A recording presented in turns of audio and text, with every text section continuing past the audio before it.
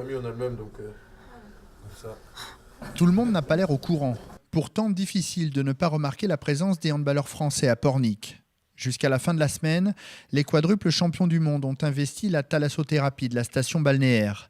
Dans 15 jours au Qatar, ils tenteront d'accrocher une 5e étoile sur leur maillot. Mais pour l'heure, place à l'ultime stage de préparation. C'est une bonne chose, je pense, pour nous, parce qu'on y trouve tout ce dont on a besoin, et forcément pour les supporters qui peuvent côtoyer de près l'équipe qui les fait rêver. Les anciens sont passés là en 96, donc c'est aussi agréable de revenir à Pornic sur les traces des anciens. Après, le fait que le club de Nantes marche bien et que justement le fait de jouer dans cette grande salle, c'est quand même pour nous quelque chose de fantastique. Surtout pour Igor Anic, le pivot du HBC Nantes est le seul représentant du club nantais en équipe de France. Un honneur qui ne va pas sans quelques changements d'habitude. Je ne suis pas forcément le joueur le plus sollicité par les médias. Là, le fait de me retrouver dans la région, ça attire, on va dire, les journalistes de la région qui forcément veulent faire un sujet sur le joueur qui évolue dans la région. Et je pense que d'ici quelques jours, quand on sera vraiment à Nantes, parce que là on est un peu à côté, je pense que là je ressentirai encore plus le fait que ce soit quelque chose de sympa pour moi. Un dernier moment de plaisir avant le début des choses sérieuses. Bonne année à la métropole, bonne année à ces 24 communes. C'était ses premiers vœux en tant que maire de Nantes et présidente de Nantes Métropole. Et pour ce passage de relais, Jean-Marc Ayrault était au premier rang. C'est un discours excellent qui montre la capacité de Johanna Roland à incarner cette ville de Nantes. Je suis très heureux et même fier qu'elle soit aujourd'hui à la tête de cette ville. Dans un discours de 40 minutes, sans aucune note, Johanna Roland a rappelé ses objectifs, les grands projets qu'elle souhaite voir aboutir, malgré la crise et les difficultés de financement. Dans notre ville, dans notre métropole, les projets ne manquent pas. Je pense au projet de gare qui verra le jour dès 2019 et qui avance, étape après étape. Je pense au grand débat sur la Loire qu'on a lancé. Je pense au pôle agroalimentaire d'excellence, au musée des Beaux-Arts. Bref, nous avons sur Nantes des grands projets. Parce que le rôle de locomotive d'impulsion de la métropole, il est déterminant. Mais après cette première soirée, ses vœux dans les quartiers nantais seront tout de même placés sous le signe de la sobriété, avec un budget en baisse de 40% cette année. Plus de 88 millions de kilomètres, c'est la distance parcourue par le tramway depuis sa remise en service le 7 janvier 1985. En 2014, il a transporté 74 millions de voyageurs, soit 16 millions de plus qu'il y a 30 ans, s'installant ainsi durablement dans le quotidien des Nantais. C'est très très agréable, j'ai l'impression de me laisser porter moi dans le tram. On peut traverser la ville très facilement et faire des trajets avec un tram, prendre le second, voire un troisième. Quand il y a beaucoup de monde, c'est pas toujours pratique et pas toujours agréable, mais bon après on se sert et puis voilà quoi. Le confort des usagers, c'est pourtant l'enjeu des années à venir. Ce matin, lors de la cérémonie des vœux, les dirigeants de la Sémitane ont évoqué le bilan positif du tram nantais, mais aussi les indispensables projets. La société doit parvenir à rénover son réseau vieillissant, en améliorer la capacité et parfois aussi la sécurité. C'est vraiment une des priorités du réseau. Alors nous, on a beaucoup investi. On a d'abord investi en personnel, on a renforcé beaucoup nos équipes de prévention.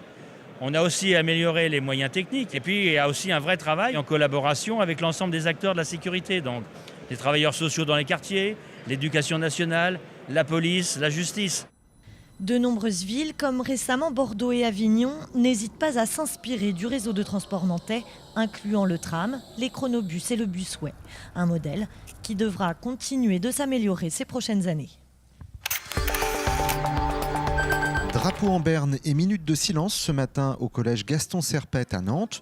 Du silence mais aussi beaucoup de paroles pour comprendre ce qui s'est passé et pour défendre des valeurs et des principes. Les valeurs essentielles de notre République ont été visées. Vous savez tous ici qu'au collège Gaston Serpette, nous essayons de faire vivre ces valeurs de rassemblement, de respect mutuel et de regard ouvert sur l'autre chaque jour, chaque mois et à travers toutes les actions pédagogiques.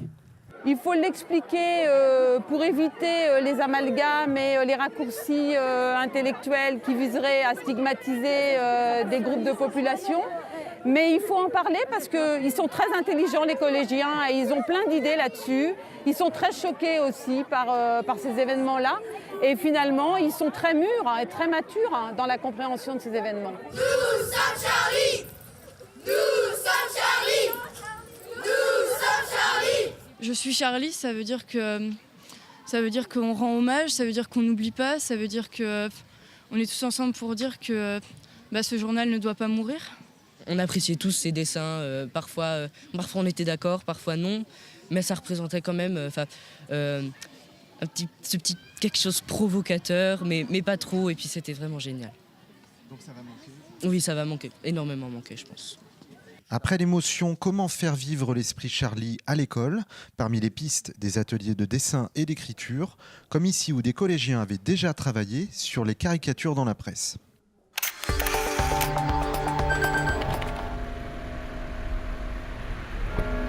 Les cloches de la cathédrale sonnent le glas et puis le silence, comme ici sur le parvis, mais aussi un peu partout en Loire-Atlantique. Malgré la pluie, on se recueille pour saluer la mémoire des victimes de l'attentat de Charlie Hebdo.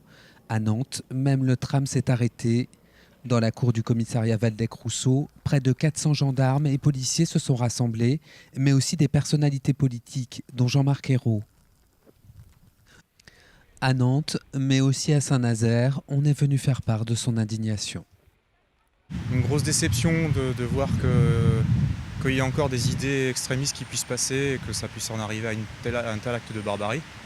Moi, il me semblait indispensable pour faire barrage à toute cette barbarie, à ces lâches, à ces fous furieux.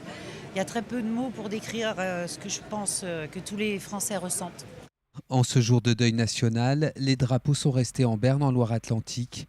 Ils le resteront jusqu'au week-end. Devant ces centaines de fidèles, l'imam n'a pas de mots assez durs pour condamner la barbarie qui a frappé Paris 3 jours plus tôt. Il faut combattre la barbarie de l'homme et la barbarie qui se réclame de Dieu. Soyons courageux pour surmonter cette épreuve, maintenir l'union nationale et dénonçons tous les actes criminels. Il n'y a pas de camp à choisir. L'union nationale, une priorité désormais pour l'imam qui appelle à participer massivement au rassemblement prévu ce week-end à Nantes. Mes chers frères et sœurs, les journées prochaines seront déterminantes pour l'avenir de la place de la communauté musulmane dans notre pays. À la sortie de la mosquée, les fidèles disent leur colère envers des terroristes qui se réclament de l'islam. Celui qui a fait ça, ce n'est pas un musulman du tout, de près ou de loin. C'est impossible, un musulman qui connaît le minimum de l'islam, que fait ça. Une communauté qui craint aujourd'hui dans l'ensemble les amalgames et les représailles. Mais les jeunes générations ne veulent pas se laisser intimider par les attaques commises ces derniers jours contre des mosquées comme à Rennes ou au Mans. Moi, la crainte, je ne l'ai pas. J'ai de la peine pour ceux qui réagissent par l'ignorance. J'ai de la peine pour ceux qui agissent par la haine, sous couvert de je ne sais quoi. Voilà. Je crois qu'il est du devoir de chacun d'entre nous, chaque citoyen, de comprendre que c'est la France tout entière qui a été touchée. Une France avec toutes ses composantes et que tout le monde aujourd'hui est concerné par ce qui est en train de se passer. Donc ne pas céder à la panique, ça c'est fondamental. Mais aussi faire preuve de pédagogie auprès des non-musulmans pour balayer tous les malentendus.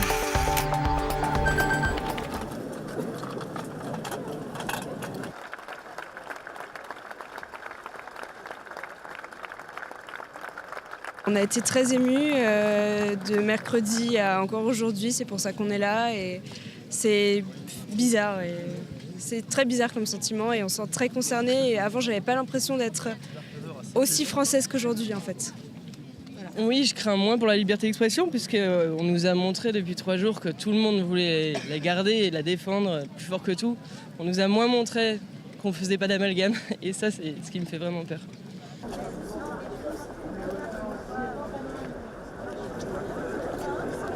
« 70-80 000 personnes. Pour une fois, tout le monde est d'accord. Ça fait plaisir. Je crois que tout le monde aujourd'hui est à sa place ici dans la rue. Ça rassure en tout cas.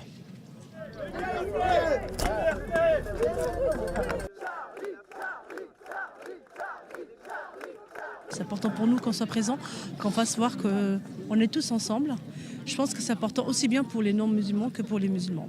Pour qu'on puisse justement tous dénoncer ces actes et dire que la barbarie ne va pas vaincre et qu'on est tous ensemble pour nous battre.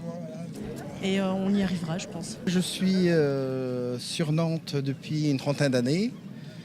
J'ai ma famille ici. J'ai construit dans ce pays une famille qui respecte les valeurs de cette République qu'on aime trop et qu'on veut vivre dans ce pays en paix. On a nos origines, chacun ses origines. La France, elle est cosmopolite. On manifeste pour dire non à la barbarie partout dans le monde. Et on partage le deuil avec le monde entier. Voilà l'objet de la discorde, cet article publié sur le site Breizinfo il y a 6 jours. Un article qui dénonce le comportement des élèves du lycée Pierre-Norange lors de la minute de silence en hommage à Charlie Hebdo, avec pour appui le témoignage d'une enseignante anonyme. Ce fut une journée très lourde. Toute la journée, le collège était au bord de l'émeute. On marchait sur des œufs. Chaque mot pouvait déclencher la guerre. Des propos jugés calomnieux par le principal du collège. C'est un mensonge absolu. Il ne s'est absolument rien passé, ni rien dit de la sorte. L'article décrit aussi une situation extrêmement tendue, et c'était vraiment pas le cas. On était plus dans une forme d'introspection collective que d'affrontement et d'excitation tel que l'article le décrit. Du côté de la mairie de Saint-Nazaire, David Samza n'hésite pas à aller plus loin, sans langue de bois. C'est bien un site piloté par l'extrême droite. Nous le savons depuis longtemps. Je crois que les bornes sont dépassées. Ce propos, ces contenus me font vomir. Depuis, le principal du collège a porté plainte contre Breizinfo pour diffamation.